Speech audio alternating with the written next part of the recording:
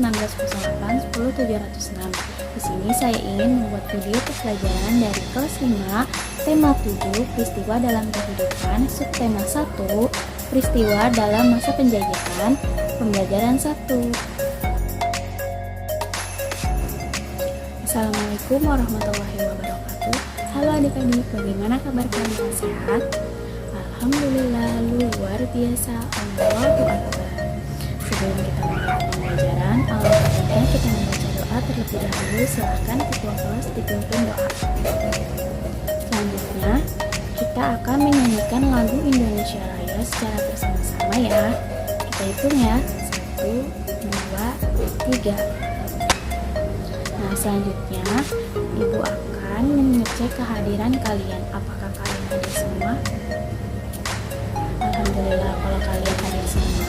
Tetap semangat ya dalam pembelajaran hari ini. Dan tema yang akan kita pelajari pada hari ini yaitu peristiwa kebangsaan masa penjajahan. Dan tujuan pembelajarannya yaitu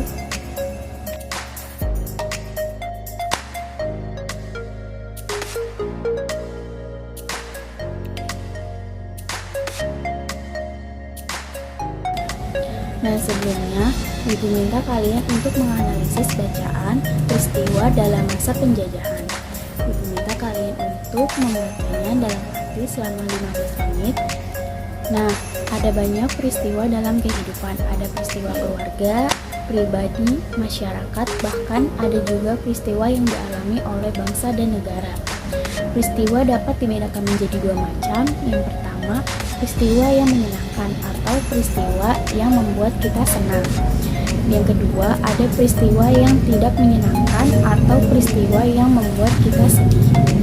Nah, coba kalian amati pada gambar di sebelah sini tentang peristiwa yang menyenangkan atau yang tidak menyenangkan. Nanti kalian beri tanda checklist atau silang pada gambar tersebut. Di sini coba lihat ada gambar, yaitu yang gambar pertama ada seorang anak yang berprestasi, yaitu dia menang lomba. Nah, ada yang tahu ini peristiwa menyenangkan atau yang tidak menyenangkan? Ya, kamu betul sekali, ini adalah peristiwa yang menyenangkan, yaitu kita beri tanda checklist. Dan yang kedua, ada seorang yang sedang sakit, berarti itu peristiwa yang tidak menyenangkan atau yang menyenangkan. Ya, kamu Bayu, betul sekali, ini adalah gambar yang tidak menyenangkan, yaitu kita beri tanda silang. Selanjutnya ada gambar yang jatuh dari sepeda.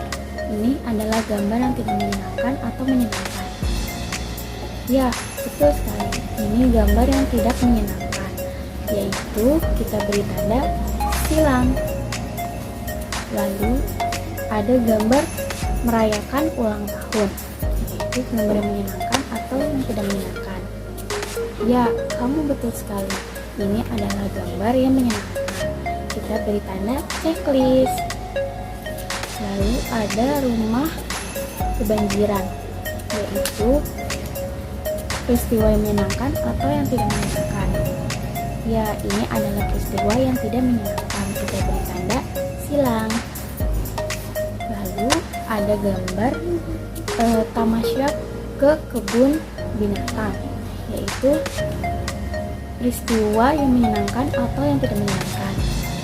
Ya, kamu betul sekali, itu adalah gambar yang menyenangkan. Nah, adik-adik, ada yang tahu ini gambar apa? Ya, betul sekali, itu adalah gambar cengkeh. Nah, cengkeh ini merupakan rempah-rempah yang begitu melimpah di bumi Indonesia. Melimpahnya rempah-rempah dapat meningkatkan kesejahteraan masyarakat Indonesia. Namun, rempah-rempah yang begitu melimpah juga membuat bangsa Eropa berusaha untuk menguasai perdagangan. Nah, selanjutnya Ibu minta kalian untuk menjawab pertanyaan yang ada di samping dan kalian tulis di buku kalian masing-masing. Yang pertama, yaitu pertanyaannya, mengapa bangsa Eropa berhasrat memonopoli perdagangan rempah-rempah? Nah, yang kedua itu, seberapa tinggikah nilai ekonomi rempah-rempah di mata bangsa-bangsa Eropa? Yang ketiga, apa hubungan rempah-rempah dan penjajahan di Indonesia? Ada yang tahu hubungan antara cengkeh dan penjajahan yang dialami oleh bangsa kita? Betul sekali, cengkeh memiliki banyak manfaat sebagai bumbu masak. Cengkeh digunakan dalam bentuk bunga utuh atau dalam bentuk bubuk. Cengkeh juga dimanfaatkan oleh bangsa Cina dan Jepang sebagai dupa. Selain itu, minyak cengkeh digunakan sebagai aromaterapi dan obat sakit gigi. Pohon cengkeh banyak manfaatnya, sehingga menjadikannya bernilai ekonomis tinggi. Oleh karena itulah, cengkeh merupakan salah satu bahan rempah-rempah yang menjadi buruan bangsa-bangsa Eropa. Hal itu memicu terjadinya penjajahan di Indonesia. Nah, pada kesempatan kali ini kita akan belajar tentang peristiwa kedatangan bangsa Barat. Mulai akhir abad 15, bangsa Eropa berusaha melakukan penjajahan samudra. Bangsa Eropa yang melakukan penjajahan di Indonesia dimulai oleh bangsa Portugis. Kapal mereka pertama kali mendarat di Malaka pada tahun 1511. Berikutnya ialah bangsa Spanyol yang mendarat di Tidore, Maluku pada tahun 1521, kemudian disusul oleh bangsa Inggris dan Belanda. Kapal-kapal Belanda pertama kali mendarat di pelabuhan Banten pada tahun 1596. Selanjutnya di sini ada 4 gambar tentang faktor-faktor pendorong penjelajahan samudra. Ada yang tahu gambar pertama itu apa? Ya, betul sekali. Gambar yang pertama adalah adanya keinginan mencari kekayaan atau gold. Kekayaan yang mereka cari terutama adalah rempah-rempah. Sekitar abad 15 di Eropa, harga rempah-rempah sangat mahal. Rempah-rempah semahal harga emas atau gold. Mereka sangat membutuhkan rempah-rempah untuk industri obat-obatan dan bumbu masak. Gambar yang kedua yaitu adanya keinginan menyebarkan agama atau gospel. Selain mencari kekayaan dan tanah jajahan, bangsa Eropa juga membawa misi khusus. Misi khusus tersebut adalah menyebarkan agama kepada penduduk daerah yang dikuasainya. Nah, tugas mereka ini dianggap sebagai tugas suci yang harus dilaksanakan ke seluruh dunia dan dipelopori oleh bangsa Portugis. Gambar yang ketiga yaitu adanya keinginan mencari kejayaan. Di Eropa, ada suatu tanggapan bahwa apabila suatu negara mempunyai banyak tanah jajahan, negara tersebut termasuk negara yang jaya atau glory. Dengan adanya anggapan ini, negara-negara Eropa berlomba-lomba untuk mencari tanah jajahan sebanyak-banyaknya. Selanjutnya, gambar yang keempat yaitu perkembangan ilmu pengetahuan dan teknologi. Ilmu pengetahuan dan teknologi berkembang pesat. Contoh seperti berikut. Yang pertama, dikembangkan teknik pembuatan kapal yang dapat digunakan untuk mengarungi samudra luas.